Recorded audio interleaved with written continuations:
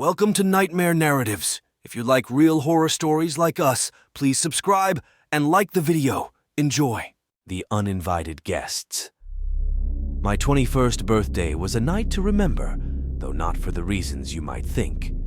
My uncle, who owned a magnificent waterfront home with a sprawling backyard and a pool, generously allowed me to throw a massive party in his absence. Little did I know, the night would take a bizarre and eerie turn. With the promise of a wild 21st birthday, I invited all my friends and encouraged them to bring their own drinks.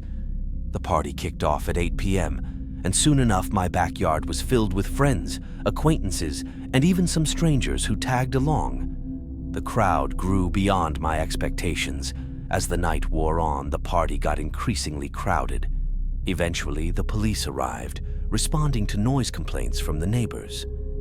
I had to ask everyone to leave, and the party dwindled down to just a handful of friends. Among the remaining few was my buddy, Rob, who was heavily intoxicated and destined to crash on the living room couch. After locking the gates and securing the back door, I retired to an upstairs bedroom for some much-needed rest. Hours later, I woke up feeling nauseous from the excessive drinking. I made a dash to the bathroom to relieve my stomach, only to hear footsteps downstairs in the foyer.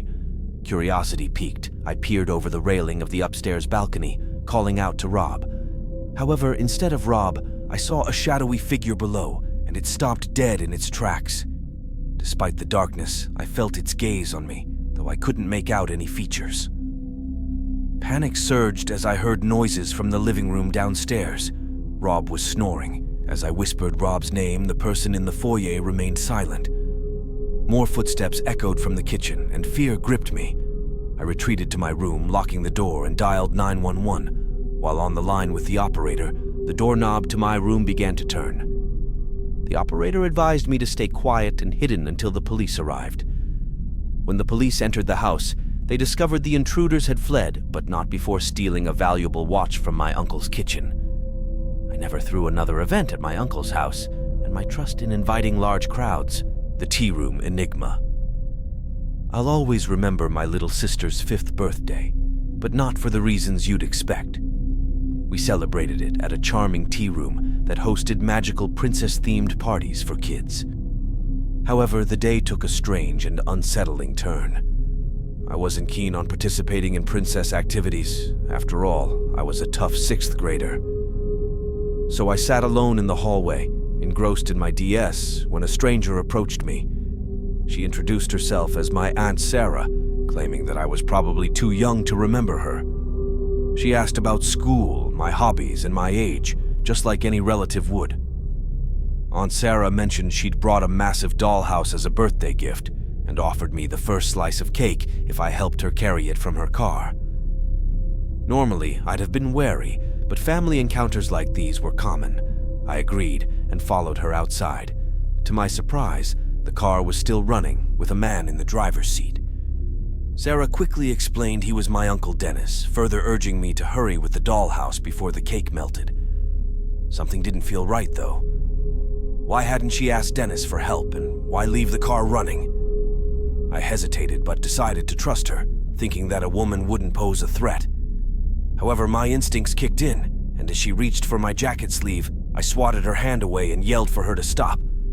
Sarah looked furious, and for a moment, I thought Dennis would step out of the car. Thankfully, just then, my mom and aunt arrived, calling my name loudly. Sarah jumped into the car with Dennis, and they sped away.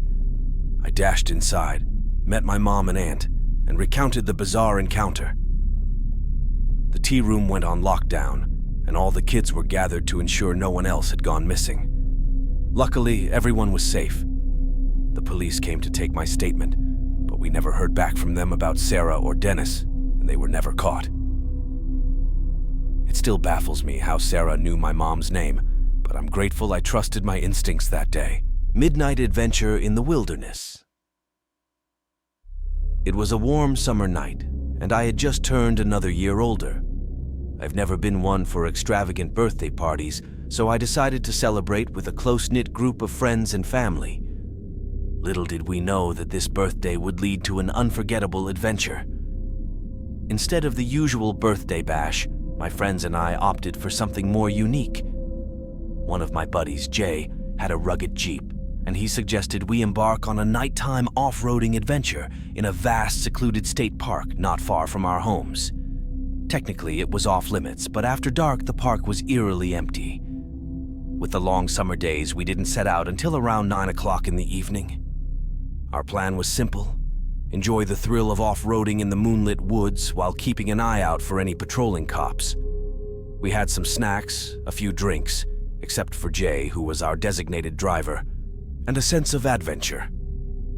As we ventured deeper into the woods, we couldn't help but be enthralled by the bumpy terrain and the thrill of the ride. The excitement grew as we found ourselves on the verge of a drop. That's when things took an eerie turn.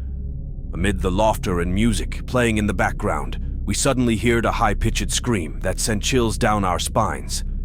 We fell silent, exchanging nervous glances. Jay turned off the music, and in unison, we whispered, "Did you guys hear that?" It sounded like a woman's scream. Jay switched on the headlights, but there was no one in sight. We tried to brush it off, attributing the sound to some nocturnal wildlife. However, our unease lingered.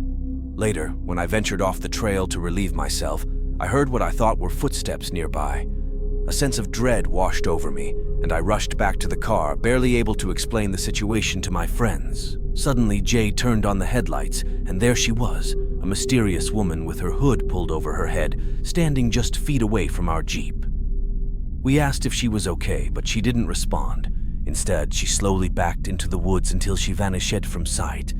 That's when we noticed something even more disturbing. Several other individuals, all wearing hoodies, had emerged from the shadows, encircling our car. Panic set in as we locked eyes with them. One even pressed their face against the back windshield, staring at us with an unsettling expression. In that terrifying moment, I screamed, "Get us out of here!" Jay wasted no time, driving as fast as he could through the treacherous terrain, with all of us fearing the worst. Eventually, we made it back to safety, but we never ventured into those woods at night again.